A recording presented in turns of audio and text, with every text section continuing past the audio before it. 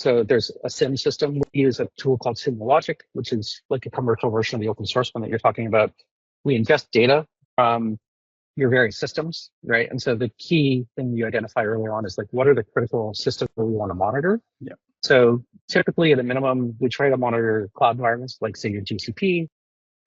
We'd want to talk about how we would monitor your OVH environment. Like, is there some bare metal? Like, is there an opportunity to put some instrumentation there, or what does that look like, or what do you already have in place, right? We'd want to monitor your IDP. That's going to allow us to get early indications of account compromise. And then that gets put into the SIEM, and the SIEM has got all sorts of, complex analytics to surface up the various things that occur within your environment. And then more critically, somebody needs to be responsible for doing it. So like, say you were to go out and buy an open source tool, and then, you go through 6 months of feeding in data and all this kind of stuff and figuring out how to write the alerts. Then the alerts land on somebody's desk, right? But as a single entity, right, they might get an alert once a week, but they're not trained and experienced to know how to handle it, what the investigation is, and how to do that.